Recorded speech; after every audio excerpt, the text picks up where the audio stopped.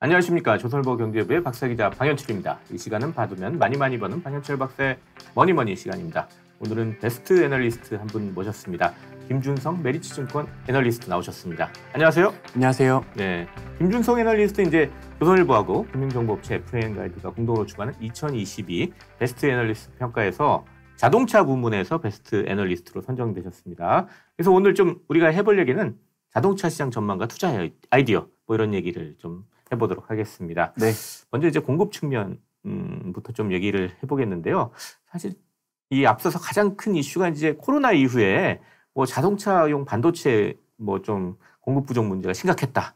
뭐 그래서 상당히 문제가 있었는데 그게 지금은 이제 다 해결된 것인지 뭐 이게 좀 궁금합니다. 이 얘기부터 좀 먼저 해보도록 하겠습니다. 네, 분명히 반도체 공급은 정상화가 되어가는 모습인 것 같고요. 이제 자동차 업체들은 양껏 원하는 대로 만들 수 있는 상황으로 보여집니다. 아, 그래요? 네. 예. 그럼 완전히 이제 그런 문제는 이제 없어진 건가요? 네, 작년까지 자동차 업체들은 반도체 부족으로 생산을 마음껏 하지 못하는 상황이었는데 네. 사실 작년 하반기부터 반도체 공급이 정상화 기조를 보이기 시작하면서 자동차 업종의 공급이 과잉될 것이다라는 우려가 부상됐었습니다. 왜냐하면 저희가 코로나가 끝나고 돈이 참 많이 풀렸었죠. 네. 많이 풀리기도 했고 자산 가격의 인플레로 부의 효과도 있었고 또 동시에 우리 모두가 굉장히 많이 낮은 금리 환경에서 돈값이 낮은 환경을 누릴 수가 있었습니다. 그런 요건 속에서 많은 경기 소비재 업종의 수요가 부상됐었는데 작년 하반기부터 복귀를 해보면 금리가 올라가고 그리고 이제 자산 효과가 역으로 발생하면서 많은 분들이 소비를 줄이기 시작했고요.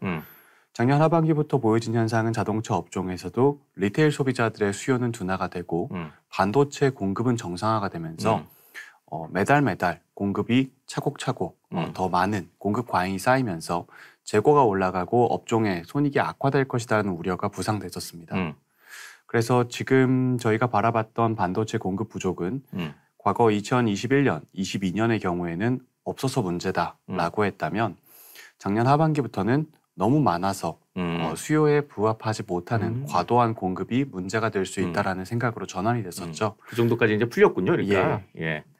뭐 반도체의 좀 그런 정도로 좀 얘기를 해보고 이 또 하나가 이제 이 자동차 산업의 비용이 좀 상승한다는 얘기도 있잖아요. 그러니까 인건비도 오르고 아무래도 원자재 가격도 오를 텐데 이렇게 되면 이 자동차 업체들이 저기 차량 가격도 올려야 될 것 같은데 이쪽은 좀 어떻게 잘 되고 있나요? 그것도 이미 지난 2년 동안 발현된 이제 후행적 팩트인 것 같습니다. 네.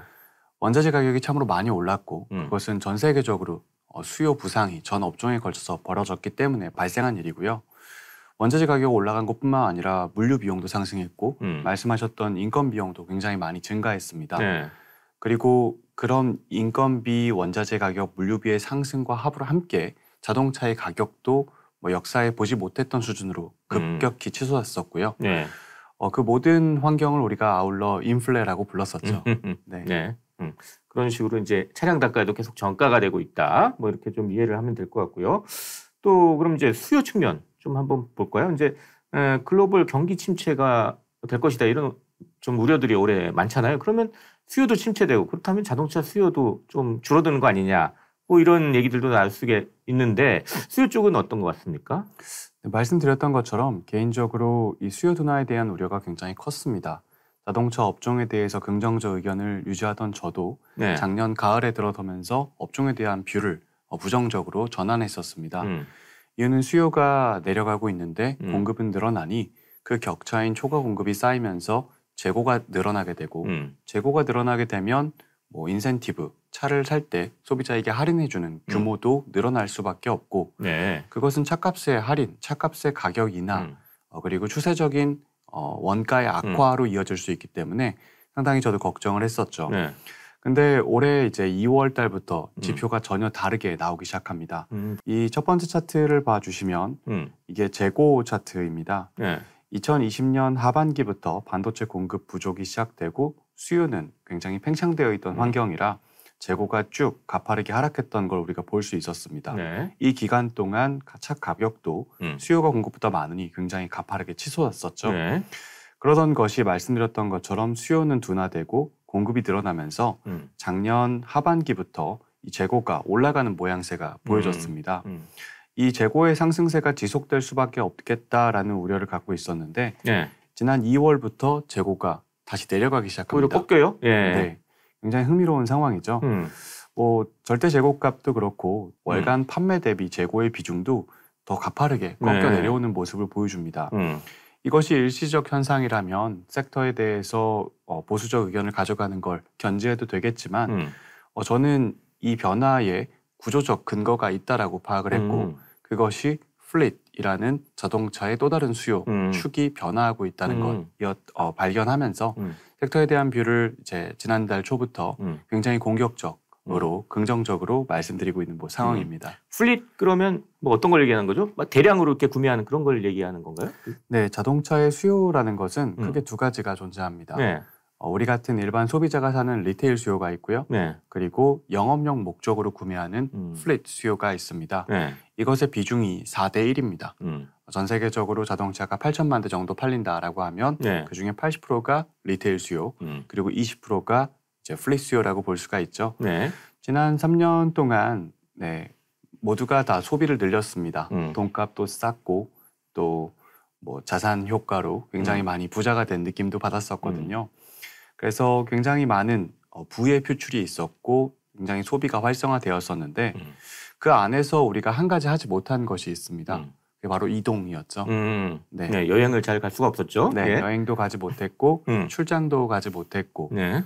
또 로컬 마켓 안에서도 택시를 뭐 잡아 타거나 우버를 불러 타거나 자, 이런 감염의 우려로 인해서 이동이라는 인덱스 자체가 굉장히 주춤했었고요.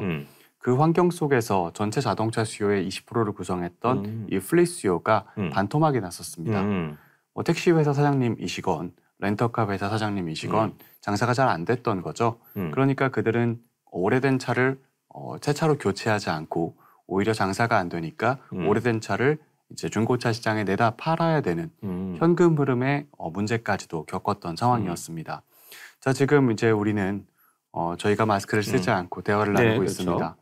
자, 감염에 대한 우려가 사라졌고 택시를 잡아 타거나 우버를 불러 타는 것에 대해 지향하는 사람이 아무도 없습니다. 네. 작년까지 가지 않았던 출장을 저는 올해 2번이나 다녀왔고 아, 예, 그렇죠. 네. 그리고 여행도 많이 가요. 여행도 많이들 가시죠. 자, 그렇기 때문에 이제 이 영업용 차량 수요가 굉장히 빠르게 부상하고 있고 네. 미국 시장 기준으로는 지금 50%씩 YOY로 전년 동월 대비 성장을 하고 있는 모습입니다.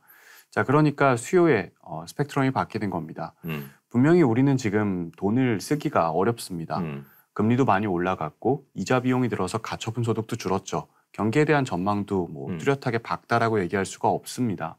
그래서 리테일 수요는 낮은 수준에서 정체되어 있는 모습을 이어갈 것으로 저는 전망하고 있고 그렇게 보여지고 있는 오늘입니다. 하지만 리테일 수요가 멈춰 있어도 이 플릿 수요가 가파르게 부상을 하면서 전체 시장의 큐를 끌어올리고 있고 이것이 지금 지난 두세 달 동안 자동차 업종의 판매가 가파르게 증가하는 원인으로 작동하고 있습니다. 이런 상황이 되면 자동차 회사들은 장사하기가 참 용이해집니다. 제가 만약에 자동차 회사의 경영자다. 자, 그럼 판매법인에게 이야기하겠습니다. 리테일 수요가 안 좋지? 자, 그쪽으로 차 보내지 마. 그곳에 지금 보여지고 있는 아주 낮은 재고 그리고 우리가 지급해야 되는 차값 할인액인 인센티브 그것 유지할 정도로만 그곳 리테일에 공급해. 자, 그리고 생산법인에게 이야기할 겁니다. 많이 만들어, 더 많이 만들어, 앞으로 더 많이 만들어. 왜냐하면 플릿 수요의 부상과 함께 전체적인 시장의 큐가 늘 것이다. 그래서 쉽게 얘기하면 자동차 회사 입장에선 작년에 리테일 90대, 플릿 10대를 팔았다면 올해는 리테일이 안 좋으니까 90대 유지하는 정도일 것 같습니다. 하지만 플릿이 30대, 40대 팔리면서 지난 3년 동안 못 팔았던 것과 같이 펜트업 디맨드까지 있는 상황이죠. 전체 판매량이 작년 100대에서 120대, 130대로 올라갈 수 있는 환경이 열렸고 자동차 회사 입장에선 인센티브를 리테일에서 유지하며 전체 가동률을 끌어올리는 실적의 개선 구간이 드라마틱하게 발현되고 있는 상황이다라고 보고 있습니다. 네. 그래도 이제 금리가 좀 높아져서 고금리 상황인데 이것도 그런 영업용 차량 수요에 좀 영향을 미치지 않을까요? 당연히 그렇습니다. 하지만 영업을 하는 입장에선 손님이 안 오다가 손님이 바글바글합니다. 손님이 바글바글한데 네, 내가 이것을 고금리이기 때문에 차를 구매하지 않고 손님이 바글바글한 수혜를 누리지 않을 것이냐, 그건 다른 문제라는 거죠. 분명히 지금 보여지고 있는 현상은 금리 인상이라는 것이 영업용 차량을 구매하는 소비자들에게도 굉장히 부담이 될 수는 있겠지만 그거보다 더 높은 과실을 얻을 수 있는 이 수요의 개선이 보여지고 있기 때문에 네, 플릿 수요는 가파르게 팽창하고 있고 앞으로도 지금보다 더 높은 수준으로 올라갈 것이라고 전망하고 있습니다. 네. 그런데 이제 선진국에서 이제 내연 기관차에 대한 좀 규제를 좀 강화를 하고 있잖아요. 이런 거에 대해서 이제 자동차 기업들은 어떤 좀 대응들을 하고 있을까요? 네, 내연 기관 시장에 뭐 우리가 흐름상 봤을 때 굉장히 안 좋은 이제 판매가 계속 감소할 것이라는 전망을 하는 건 이제 굉장히 쉬운 포인트가 되었습니다. 당연히 자동차 회사들 입장에서는 전체 자동차 시장에서 자신의 가동률과 판매량을 지키거나 개선하기 위해선 내연기관보다 전기차에서의 판매 호조가 필요합니다. 아주 직관적으로 본다면 자동차 시장은 약 8천만 대 정도의 승용차 수요가 20년째 변하지 않고 유지되고 있는 성숙 산업이죠. 그 안에서 전기차가 늘고 내연기관이 주는 겁니다. 자, 그러면 자동차 회사가 자신의 볼륨을 지키며 생존하고 성장하기 위해서는 줄어드는 내연기관 시장 점유율보다 더 높은 늘어나는 전기차 시장에서의 점유율 확보가 필요하고 그것을 하기 위해서 다들 부단히 노력하고 전략을 공유하고 있는 상황입니다. 그리고 말씀드렸던 이 플릿 시장에서의 부상이라는 포인트가 우리나라 자동차 업체에게 굉장히 큰 호기를 만들어주고 있다고 생각합니다. 지금 시장의 큐를 견인하는 것은 플릿 수요인데요. 예를 들어서 박사님과 제가 플릿 수요자라고 생각하겠습니다. 렌터카 회사 사장님이시고요. 저는 택시 회사 사장님인 거죠. 저희는 두 가지로 돈을 법니다. 첫 번째는 손님을 태우고 그 영업 손익을 발현시킬 거고요. 두 번째는 영업하던 그 차량을 재매각하는 차익으로 자산평가손을 얻게 됩니다. 이 두 가지가 저희가 영위하고 있는 비즈니스 모델입니다. 자, 두 번째 영역이 보통의 이런 플릿 수요자 입장에선 더 큰 이익 기여를 하게 만드는데요. 이런 맥락에서 차를 구매할 때 지금 이제 차를 많이 구매해야 되죠. 지금 같은 상황에서 우리는 중고차 가치를 염두에 두고 차를 구매할 수밖에 없습니다. 제가 지금 차를 막 구매해서 한 4년 뒤, 5년 뒤에 재매각을 한다. 4년 뒤, 5년 뒤에 내가 지금 산 차의 중고차 가치가 예상했던 것보다 훨씬 낮을 경우 엄청난 평가손이 발생하게 될 거다라는 그렇겠죠. 우려가 있죠. 그래서 지난 10년 전, 20년 전을 돌이켜보면 전 세계에서 가장 많이 이 플릿 수요에서 대응을 했던 인기가 많았던 브랜드는 일본 업체들이었습니다. 일단 일본 업체들은 많이 파는 회사들이기 때문에 중고차 시장에서의 거래량도 충만하고요. 더불어서 일본 차 하면 떠오르는 이미지는 확실한 것이 하나 있죠. 내구성입니다. 잘 지켜진다라는 거죠, 가치가. 자, 근데 전기자동차 시장이 지금 부상하고 있는 것은 우리가 알고 있는 팩트인데 여기에 더해서 올해부터 이 시장의 전체 큐를 견인하는 게 플릿입니다. 자, 이 플릿 사용자들은 중고차 가치가 중요합니다. 무슨 차를 살까요? 전기차를 살 수밖에 없습니다. 복잡한 논리를 다 떠나서 올해 전기차 전 세계 판매량 전망이 약 1,200만 대 정도 예상이 되는데요.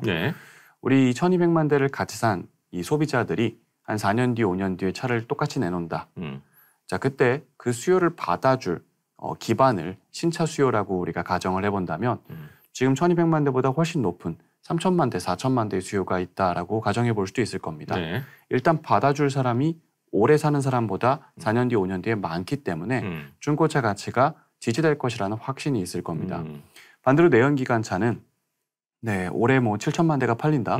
자, 3년 뒤, 4년 뒤, 5년 뒤에 이게 4천만 대가 팔릴지 5천만 대가 팔릴지 3천만 대가 팔릴지 모르겠지만 받아줄 큐가 줄어든다라는 거죠. 아무래도 그렇겠죠. 중고차 가치가 굉장히 불안할 겁니다.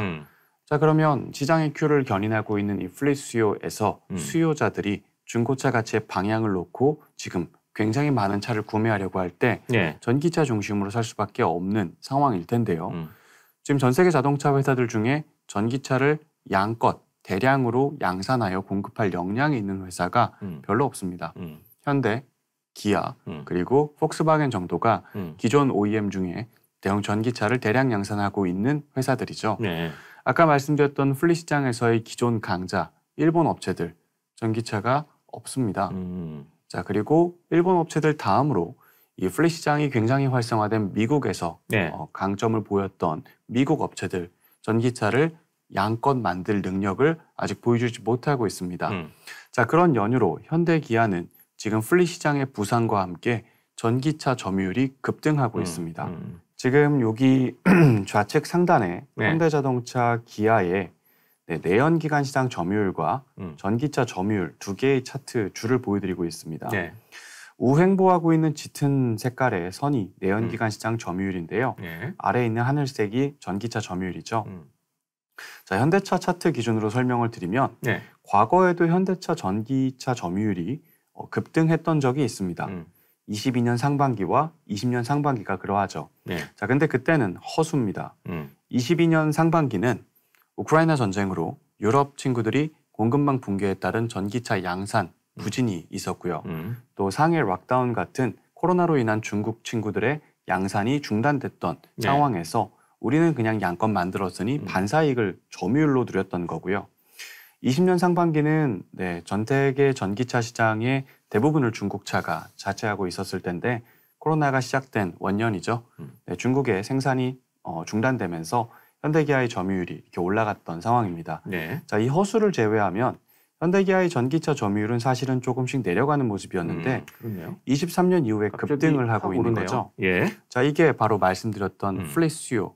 자, 그 안에 있는 전기차 수요를 가져갈 수 있는 역량이 발현되고 있다라고 보여지고 있고요.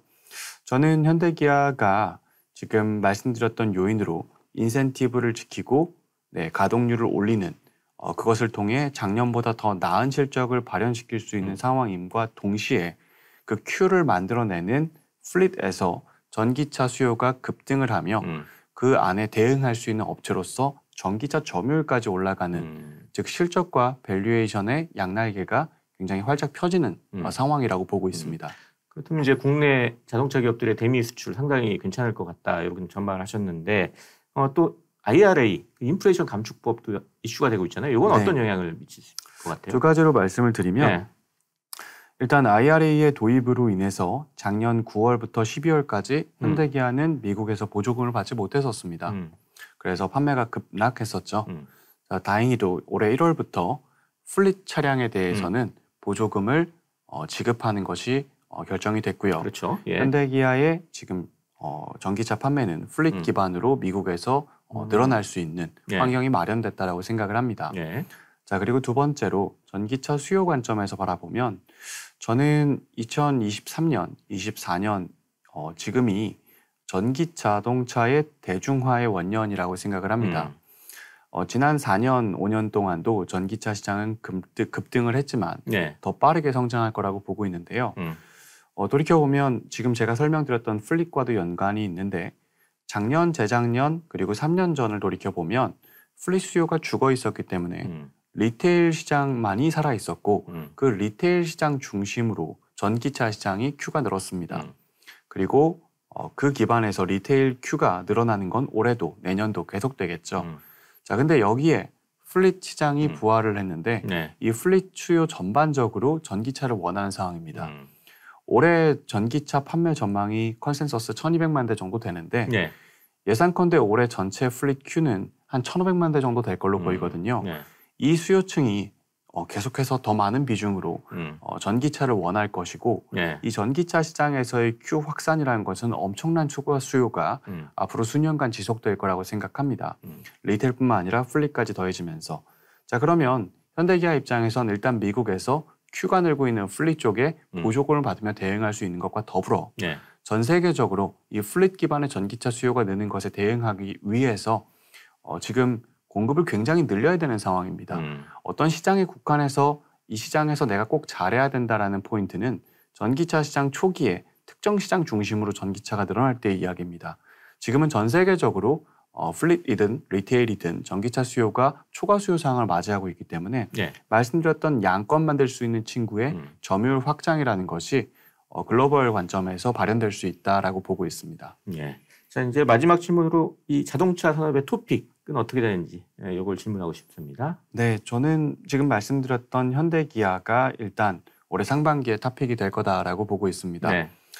현대기아에 대한 우려가 굉장히 컸던 만큼 밸류에이션도 상당히 디레이팅 되어 있었습니다. 네. 지금 보고 계신 그림은 2004년부터 지금 한 20년짜리 차트죠. 네. 두 개의 줄을 보여드리고 있는데 현대자동차의 분기 말 시가총액과 분기 순이익을 그냥 이어 그린 겁니다. 차화정이라고 불렀던 2009년부터 13년까지의 엄청난 이익 상승기에도 그리고 그 이후에 거꾸로 내려올 때도 네, 시총 나누기 이익은 PER이죠. 저희가 흔히 쓰는 밸류에이션인데 바뀌지가 않습니다. 거의 그대로 갔네요. 네, 예. 자동차 산업은 성숙, 정체된 굉장히 오래된 역사의 산업이기 때문에 네. 어떤 친구가 잘한다고 해서 밸류에이션 프리미엄을 주지 않고 못한다고 해서 디스카운트를 주지 않습니다. 땅 따먹기를 한다고 생각하고 예. 그냥 대체적으로 기본적으로 이제 자동차 회사들이 7, 8배 정도를 받아왔죠. 네. 자, 이 패턴이 유효하다라고 봤을 때 작년 하반기부터 재밌는 일이 벌어집니다. 차트 오른쪽 끝에 동그라미를 쳐놨는데요. 네. 컨센서스 이익의 눈높이가 상당히 높게 잡혀 있는데 주가가 그걸 따라가지 않고 뭐 이대로 계산한다면 늘상 7, 8배를 받았던 현대기아가 뭐 3배, 4배의 거래가 되는 상황으로 보여졌던 거죠. 네. 자, 시장은 이것을 할인 거래라고 이야기할 수도 있지만 더 정확히는 저 이익 컨센서스를 믿지 않았던 겁니다. 아까 초반에 제가 얘기했던 것처럼 자동차도 경기 소비재고 수요가 안 좋을 텐데 반도체가 풀려서 공급이 늘어나면 이 격차인 초과 공급이 차곡차곡 쌓이며 재고가 올라가는 거고 그러면 차값 할인을 작년에 100만 원씩 해줬다면 올해는 200만 원 뭐 아니면 300만 원 계속 늘어날 거야. 그러면 실적이 계속 악화되고 실적의 미끄럼틀을 탈 테니 지금 저 컨센서스는 잘못됐고 연말이 되어 우리가 후행적으로 지금의 실적과 주가를 비교하면 지금 주가는 7, 8배를 그리고 있는 것일 거야 라고 믿었던 거죠. 네. 자, 지금 저는 이것이 깨져 올라갈 것이다 라고 생각하고 있습니다. 네. 실적이 나오면서 지금까지 설명드렸던 이 플릿의 논리로 가동률이 올라가고 인센티브를 지키고 환율도 작년보다 우호적인 환경이 연출되며 현대기아는 오히려 지금 보여지고 있는 이 컨센서스 시장의 평균적인 실적 추정치보다 더 높은 숫자가 나올 거라고 봅니다. 개인적으로 제가 추정하고 있는 올해 현대자동차 기아의 이익은 지금 시장이 바라보고 있는 것보다 30% 정도 높고요. 네. 그렇다면 오히려 지나고 나서 지금을 바라보면 4배 뭐 정도에 거래됐던 것이 아니라 3배에 거래됐던 것이고 실적이 증명되고 올라가면서 우리가 가졌던 이 실적에 대한 우려가 해소됨과 동시에 밸류에이션도 정상화될 거라고 생각합니다. 그렇다면 컨센서스는 뭐 제 추정치가 맞다면 지금보다 30% 정도 올라가야 되고 네. 실적이 안 나올 거라 생각해서 우려했던 그 밸류에이션의 디스카운트 4배에 거래됐던 것이 7배, 8배로 올라가면서 주가가 굉장히 가파른 상승을 앞으로 단기에 보여줄 것이다 라고 저는 생각하고 있습니다. 그 맥락에서 일단은 현대기아를 이 업종의 탑픽으로 말씀을 드리고 있고요. 네. 이어서 하반기에는 완성차에 이어서 부품 업종까지 굉장히 좋은 수혜를 누릴 거다라고 생각합니다. 네. 지금 현대기아에 대한 저의 콜은 작년에 리테일 90대, 플릿 10대, 합해서 100대를 팔았던 친구들이 리테일 90대, 플릿 20대, 30대, 40대 자, 그래서 120대 내외의 판매를 기록할 것이다. Q가 는다라는 얘기를 드리고 있습니다. 네. 지난 10년 정도 넘게 자동차 애널리스트를 하면서 저는 Q콜을 별로 해본 적이 없습니다. 왜냐하면 2009년부터 13년까지 현대기아의 Q 판매량이 급속도로 늘었던 기간이 지나고 나서부터 현재까지 거의 10년 가까이 현대기아의 판매량은 정체되어 있었기 때문입니다. 그렇기 때문에 저는 애널리스트로서 이 Q 사이드 콜보다는 가격 요인, P 사이드 콜을 주로 할 수밖에 없었고 이 P 사이드 콜은 사실 쇼크든 서프든 실적 추정에서 변동이 크지 않습니다. 800만 원 원가의 차를 1000만 원에 팔려고 했는데 환율이 10% 강세 가서 200만 원 남길 게 100만 원 남았다. 1000만 원에 팔려고 했는데 할인을 100만 원 해주게 돼서 200만 원 남길 게 100만 원 남았다. 계산이 떨어진다라는 거죠. 하지만 Q가 늘어나는 사이클에서는 대당 원가가 내려가게 됩니다. 자, 대당 원가가 떨어지는 고정비 승수 효과가 발현되면 어닝 서프라이즈가 발현되게 됩니다. 자동차 업종은 Q가 늘어나는 사이클을 맞이했고 그 상황 속에서 실적의 눈높이를 올려가며 굉장히 좋을 거다라고 말씀을 드렸는데 네. 부품주도 똑같습니다. 전방 업체의 큐가 늘어야 부품 업체의 부품도 큐가 늘어날 수가 예. 있죠. 부품사는 제조업체이기 때문에 매출이 늘어나면 마찬가지로 고정비 승수 효과로 1%, 2% 마진을 누리던 친구들이 3%, 4%의 마진을 누리며 매출 증가와 마진 확대의 수혜를 누리게 됩니다. 그래서 저는 완성차가 먼저 시장에 우려할 필요가 없다라는 좋은 실적으로서 시그널을 제공하고 나면 예. 후행해서 부품 업종도 굉장한 호기를 맞이할 것이다라고 보고 있습니다. 예. 자, 이렇게 해서 오늘은 김중성 메리츠증권 애널리스트 모시고 자동차 시장 전망과 투자 아이디어에 대해서 이야기를 나눠봤습니다. 마지막으로 이제 저희 시청자 구독자 여러분께 짧게 마무리 인사 부탁드리겠습니다. 네, 오늘 아무쪼록 도움이 되셨기를 바라고요. 자동차 업종에 대한 아이디어를 계속 보고서로 발간드리며 업데이트 드리겠습니다. 시간 내주셔서 감사합니다. 네, 감사합니다. 지금까지 김준성 메리츠증권 애널리스트 그리고 저는 조선일보 경제부의 박사이자 방현철이었습니다. 그럼 다음 시간에 또 뵙도록 하겠습니다. 감사합니다.